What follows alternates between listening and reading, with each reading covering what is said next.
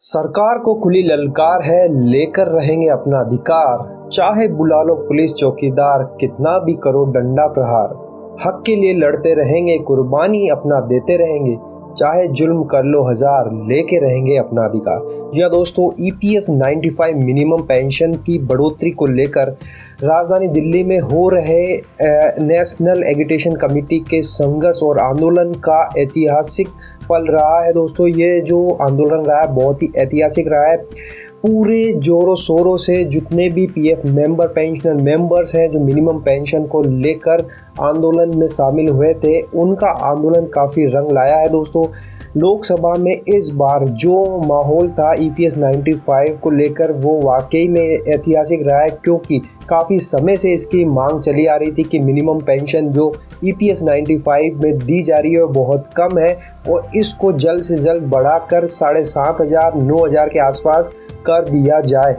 तो दोस्तों, काफ़ी लंबे समय से इस पर विचार विमर्श कर रही थी सरकार, टाल रही थी, लेकिन दोस्तों इस बार का जो आंदोलन हुआ है माननीय कमांडर अशोक रावत जी के नेतृत्व में, उसका वाकई में इस बार काफ़ी समर्थन मिला है। काफ़ी सांसदों ने इसका समर्थन किया है। तो दोस्तों, आप लोग भी अगर EPS 95 के पेंशनर्स हैं और इस आंदोलन में सम्मिलित नहीं हो पाए, लेकिन आप इस आंदोलन को और आगे बढ़ा सकते हैं और अपने घर बैठे अपने मोबाइल से इसको और समर्थन प्राप्त दे सकते हैं। तो दोस्तों, इसी आंदोलन से जुड़ी हुई कुछ झलकियाँ, वीडियोस आपके साथ में मैं शेयर कर रहा हूँ। इसको आप देखिए और अपने मिलने वाले जो भी पेंशनर हैं उनके साथ में शेयर करिए और कमेंट करिए और इस आंदोलन को और आगे बढ़ाइए, ताकि ये जो आंदोलन है अपने अंतिम दौर में पहुँचे और मिनिमम पेंशन है जो बढ़कर 7,500 9,000 तक पहुँच जाए। तो चलिए देखते हैं वीडियो की झलकियाँ। ये हमारा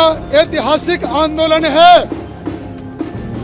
ऐतिहासिक विजय के लिए ऐतिहासिक आंदोलन करना पड़ता है और माननीय कमांडर साहब के नेतृत्व में, NAC के तत्वावधान में आप सभी ने अपना पुण्य और पुरुषार्थ लगाकर इस आंदोलन को सफल किया है, ऐसा हम मानते हैं। आपने बहुत अच्छा काम किया।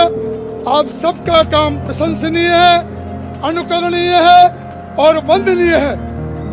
NAC का इतिहास जब लिखा जाएगा उसमें आज का दिन ये सबसे महत्वपूर्ण होगा। क्यों? उसका कारण यह है कि हमारे भाई कल से 12 भाई आप सबके लिए आमरण सर में बैठे हैं। माननीय कमांडर साहब के प्रति हम कृतज्ञता व्यक्त करते हैं। हमें ऐसा नेता मिला है जो ज्ञान के क्षेत्र में बहुत शक्तिमान है, इसके बाद में बुद्धिमान है, इसके बाद में चरित्रवान है और सेना और सेनापति जहां है वहां विजय निश्चित रूप से मिलती है। सेनापति और सेना ये दोनों साथ साथ में है, इसलिए हमारी विजय सुनिश्चित है। आप बिल्कुल चिंता मत कीजिए। NAC का सदस्य है माननीय कमांडर साहब के नेतृत्व में। आपको पता होगा कि कन्याकुमारी से लेकर जिसको हम कहते हैं अंडमान निकोबार द्वीप समूह में हमारी शाखा, कश्मीर में, जम्मू कश्मीर में हमारी शाखा, असम में हमारी शाखा है, गोवा में हमारी शाखा है।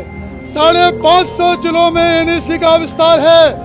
आप सबके आशीर्वाद से हमारा NAC का विस्तार ये मत्स्य अवतार की ओर, मत्स्य अवतार की भांति बढ़ता चला जा रहा है।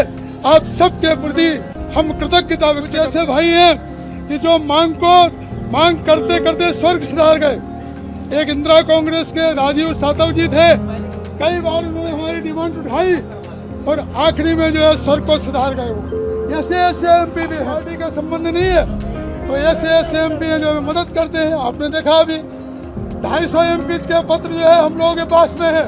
वो 250 पत्र जो है जो देने वाले MP है वो भी हमारे सहायक हैं, वो भी हमारे शुभचिंतक हैं। लेकिन कुछ MP भाई ऐसे भी हैं कि जो हमको भिखारी समझते हैं। कहाँ से आ गए यहाँ बाद बार वही EPS। अरे भाई, हम तो अपना हक मांग रहे हैं। हम कोई किसी प्रकार से, यह सुनने वाली बात को, हम कोई काम चोर या हराम जिसको हम कहते हैं काम चोर मुक्त घोर की समाज से हम नहीं हैं।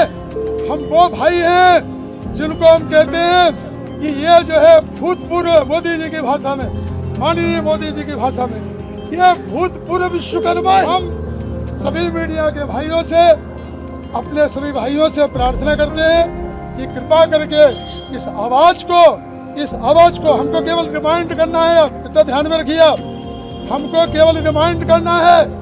और चूंकि हम वृद्ध हैं, इसलिए जो है शायद हो सकता है कि हमारी बात कोई भूल गया हो, आश्वासन भूल गया हो, क्योंकि वृद्धों की ओर कोई ध्यान नहीं दिया जाता है।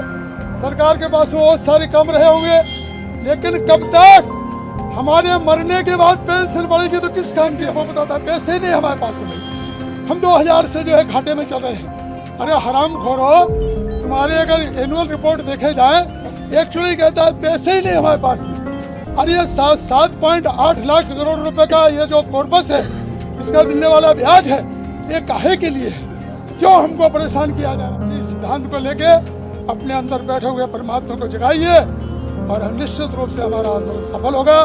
ये बिल्कुल जो है सुनिश्चित मान के चलिए।